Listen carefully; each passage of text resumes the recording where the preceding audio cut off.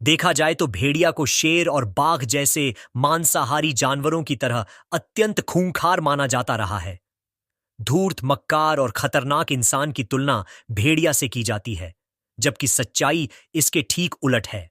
विशेषज्ञ भेड़िया को बहुत शर्मीला और मनुष्य से बचकर रहने वाला मानते हैं। वास्तव में बच्चों पर कुछ हमलों के अलावा किसी वयस्क पर हमले का दृष्टांत अब तक नहीं मिलता था। भेड़िया के काल्पनिक खौफ और उसके प्रति इंसान की बदले की भावना के कारण प्रकृति का यह एक महत्वपूर्ण जीव अस्तित्व के संकट से गुजर रहा है। इसकी आबादी भारत में 3,000 से कम रह गई है। इसीलिए वन्य जीव अधिनियम में बाघ और शेरों के साथ इसे भी अति संरक्षित जीवों की सूची 1 में रखा गया है। लेकिन संरक्षण तो रहा, दूर उसे बचाने के भी कोई उपाय नजर नहीं आते। दरअसल यह मामला भी मानव वन्य जीव संघर्ष का ही है, जिसमें आप अकेले भेड़िया को गुनाहगार नहीं मान सकते। अगर दशकों बाद भेड़िया फिर मानव जीवन के लिए संकट बनकर बाहर निकला है, तो इस समस्या का समाधान भेड़ियों की नस्ल को समाप्त करना नहीं, बल्कि इंसान और भेड़िया के बीच संघर्ष को समाप्त करना है, ताकि दोनों ही जीवित रहें।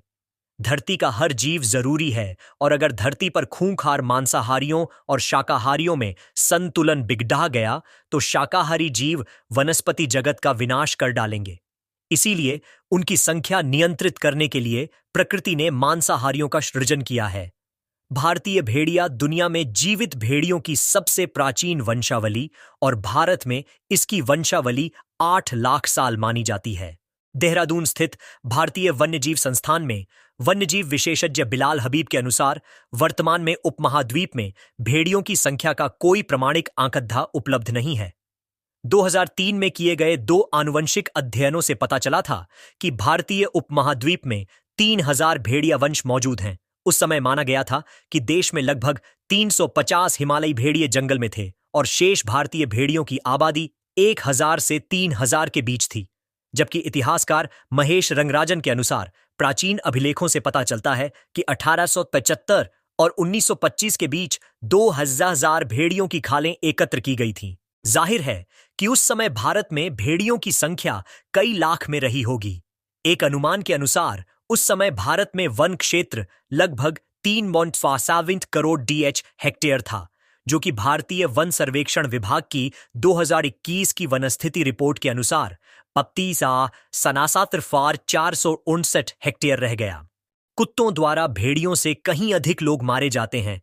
भारतीय वन्य जीव संस्थान के ही डीन पद पर रहे जाने माने वन्य जीव वैज्ञानिक यादवेंद्र देव सिंह झाला अपने एक लेख में कहते हैं कि भेड़िया बेहद शर्मीले और मायावी जानवर हैं, जो इंसानों के संपर्क से बचने की कोशिश करते हैं।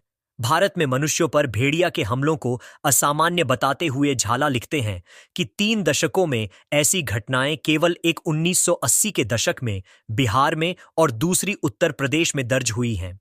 भारतीय भेड़िया का वजन औसतन 18 किलोग्राम तक होता है, जो कि पालतू कुत्तों, जर्मन शेफर्ड और लैब्राडोर के आधे जितना होता है। इसलिए भेड़िया से एक वयस्क व्यक्ति को कोई खतरा नहीं होता, जबकि बाघ, गुलदार, हाथी और जंगली सुअरों द्वारा हर साल बड़ी संख्या में लोग मारे जाते हैं। यहां तक कि भारत में जंगली कुत्तों द्वारा भेड़ियों से कहीं अधिक लोग मारे जाते हैं। फिर भी भेड़िया को आदमखोर के रूप में बदनाम किया जाता है।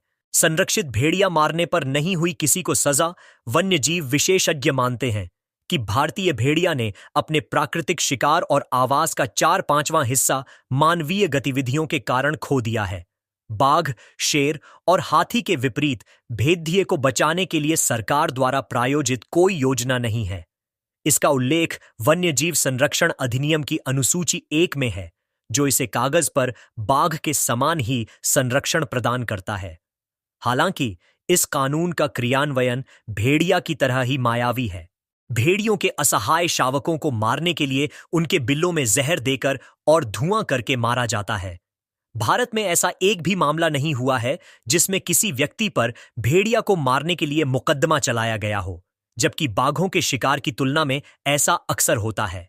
भारतीय भेड़िया कैनिस ल्यूप्स पेलिप्स कंटीले जंगलों, झाड़ियों, शुष्क और अर्धशुष्क घास के मैदानों में रहता है। भेड़िया भारत के अर्धशुष्क कृषि और चारागाहों वाले क्षेत्रों में पाए जाने वाले मांसाहारी जानवरों में से एक है। भेड़े, बकरी और कुत्ते जैसे छोटे पशुओं के लालच में यह घने जंगलों के बजाय आबादी के निकट रहता है। ग्रामीण भारत में पालतू पशुओं की बहुतायत वाले क्षेत्रों में बुढ़ापे, दुर्घटना या बीमारी के कारण मवेशियों के मर जाने पर लोग गांव के निकट ही मृत पशुओं को फेंक देते हैं, जो कि भेड़ियों, लकद्दबग्घों और सियारों जैसे मांसाहारियों के भोजन के काम आते हैं। भेड़िया मवेशियों के लालच में चारागाहों के निकट भी छिपे रहते हैं, इसीलिए ये ग्रामीणों के दुश्मन बने रहते हैं। भेड़िया की अधिकांश मौतें इन्हीं क्षेत्रों में होती हैं, जबकि भेड़ियों द्वारा नुकसान के मुआवजे की व्यवस्था भारत में नहीं है।